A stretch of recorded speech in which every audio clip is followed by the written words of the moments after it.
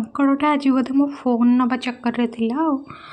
ତ ଜୟ ଜଗନ୍ନାଥ ସାଙ୍ଗମାନେ, ରାଧେ ରାଧେ। କେମିତି ଅଛନ୍ତି? ଆଶା କରୁଛି ଆପଣମାନେ ବହୁତ ହିଁ ଭଲରେ ଥିବେ। ମୁଁ ବି ବହୁତ ହିଁ ଭଲରେ ଅଛି। ତ ଚାଲନ୍ତୁ ଆଜିର ଭିଡ଼ିଓ ଷ୍ଟାର୍ଟ କରିବା। ତ ଲାଷ୍ଟ ପର୍ଯ୍ୟନ୍ତ ମୋ ଭିଡ଼ିଓ ଦେଖନ୍ତୁ, ଚ୍ୟାନେଲକୁ ସବସ୍କ୍ରାଇବ୍ କରିଦିଅନ୍ତୁ। ତ ମୁଁ ଗାଧେଇକିନି ଆସିକିନି ଫୁଲ ତୋଳି ଦେଇଥିଲି। ଯେତିକି ବି ଫୁଲ ବାହାରୁଛି ବହୁତ ହିଁ କାଫି, ଯେହେତୁ ଶୀତ ଦିନ ବହୁତ ହିଁ କମ୍ ଫୁଲ ବାହାରେ। ତ ମୁଁ ପୂଜା ବି କମ୍ପ୍ଲିଟ୍ କରିଦେଇଥିଲି।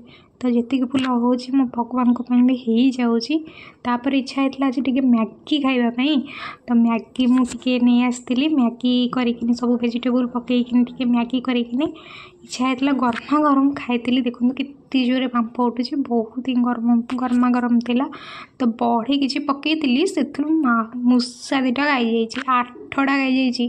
ତ ଦେଖନ୍ତୁ କେତେ ସୁନ୍ଦର ଦେଖାହେଉଥିଲା ସେ ମାଙ୍କଡ଼। ବୋଧେ ମୋ ଫୋନ୍ ନେବା ଚକ୍କରରେ ଥିଲା। ଦେଖନ୍ତୁ ସେ କେବଳ ମୋ ଫୋନ୍ ଆଡ଼କୁ ହିଁ ଜୟ ଜଗନ୍ନାଥ।